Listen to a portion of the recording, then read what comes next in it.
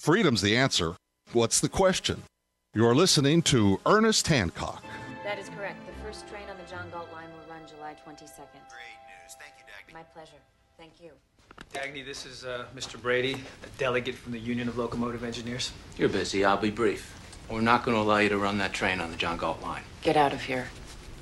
You do not come into my office and tell me what you will or will not allow me to do. What I meant to say was that a committee has decided that allowing men to run your train on that untested metal would violate their human rights. Are you serious, Mr. Brady? You can't force men to go out and get killed just for profit. Put that in writing. That you want to stop your men from working and earning a wage. Miss Taggart, you don't understand. Oh, no. I understand perfectly. You want me to provide the jobs, and you want to make it impossible for me to have any jobs to provide.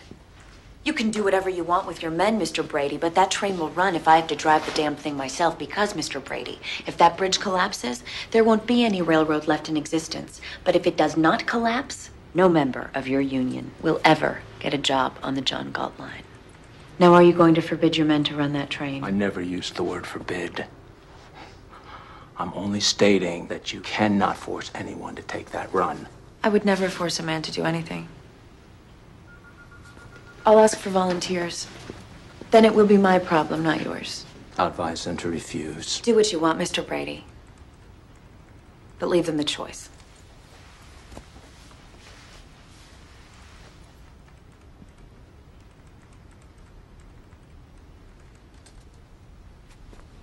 And the Union guy exits. Yep. Atlas Shrugged, Part 1. April 15th. Yeah, it's coming to Phoenix too. Made sure of that. This is, I'm seeing a whole bunch of stars lining up here. We have the 2012 election cycle in an environment that is, oh my goodness, we're looking for a way out. What happened? Atlas Shrugged increased in sales by 150% from 2008 to 2009. And I hadn't got figures since then. I mean, they're over 500,000 copies sold just like last year or something. That's amazing. That's a big, giant blockbuster and promoted by the media release now. This is Ayn Rand wrote this in the 50s. You can take the headlines from right now and just put it right in the book, which is what's going to happen. So I don't think a lot of people see where this is going, but until it was yesterday or day before when I first got this trailer, I would look on YouTube and look at the comments. Oh, the collectivist status guys, they have invaded. It's amazing. It must be, no, it has to be at least 10-1.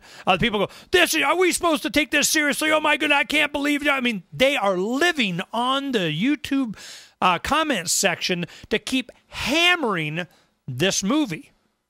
Oh, what does it remind me of? It reminds me of exactly what happened when Ayn first wrote it. You'd watch and see a lot of news coverage. I've seen this in years past. They'd have it up, and her interview with Mike Wallace and their cloud of smoke as they're smoking cigarettes. And, it was just, they hammer on her. Don't you think? But she was strong, man. She's like, nope, you crazy. You're living for somebody. You're just a slave to whatever your mind and blah, blah, blah, blah, blah. This is going to have an enormous impact. How many languages do you think this movie will be translated into? Dubbed? Closed caption? How is this going to have an impact on a liberty-starved, thirsty, parched generation next? I already see where this is going, and I like to go on record. I do this a lot. I'll go, okay, mark in your email program. It has some your calendar. It has a reminder thing or something. You can put in there. Give it a. Oh, do we have to wait until the elections of 2012? I don't think so. I think it'll probably be about a year from now. It'll be April 15th. Yeah, let's give it a year. By the end of April in 2012. I suspect that we're going to have the announcement of part 2 and 3 coming of this movie.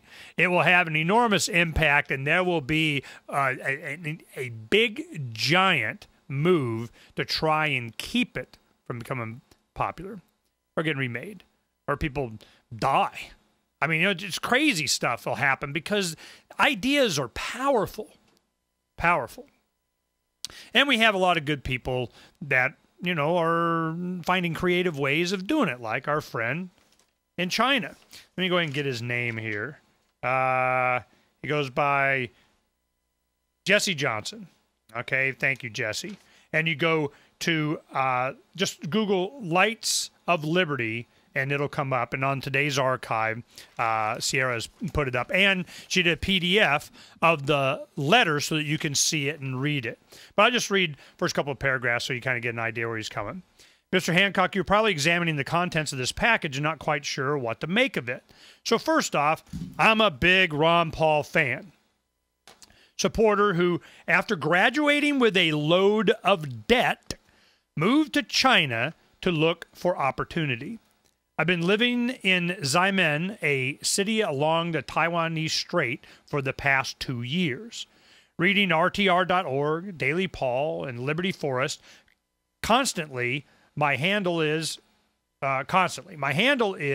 World on a String. Oh, World on a String. Okay, I get it. When I am not doing that, I am teaching English majors at the university. I gotta put my glasses on. That's what's giving me problems. Anyway, a few months ago, I had a really cool experience with some locals who invited me to the beach to launch wish lanterns. It was a local holiday with a full moon and probably 50 or so people gathered on the beach, with everyone in good spirits and among friends. The wishing lanterns themselves were the highlight of the night, though. Watching these things floating high and silently out across the sea was something special. Already I had this vision of seeing these lights flying in the hundreds, but for an occasion that would matter to me. Ron Paul's 2012 campaign for president.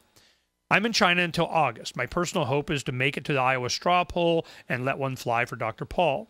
I'm looking to share this idea with someone stateside who can catch the vision, get excited, and help spread the message. I've done a lot of thinking about who I should contact, respected foreign members, bloggers, friends, etc. But after hearing you speak at the Revolution March and then enjoying your program Declare Your Independence, I became convinced that you may be the man best positioned to help bring this dream to fruition. My thoughts are always geared towards how to get Dr. Ron Paul in the White House. I think the idea of Lights of Liberty could go viral, providing supporters of the revolution with another creative outlet. From experience, I can tell you the launching of these lanterns is memorable and inspiring. Before letting fly, Liberty lovers can enjoy some arts and craft time, decorating and writing their wishes, messages, and favorite revolutionary quotations. There should always be an educational aspect. In addition to boosting supporters' morale, it provides the curious with a great way to join the fun and be introduced to the philosophy of personal liberty. If local Tea Parties or Ron Paul meetups started incorporating Liberty Lanterns into their events, I'm sure it would gain positive local coverage on the TV as well. I am overseas and wishing I could do more to help Dr. Paul's campaign. For most of the year, I'm unable to go door-to-door, sign wave, volunteer at rallies, etc. This would be my way to contribute in a meaningful way to the revolution this year.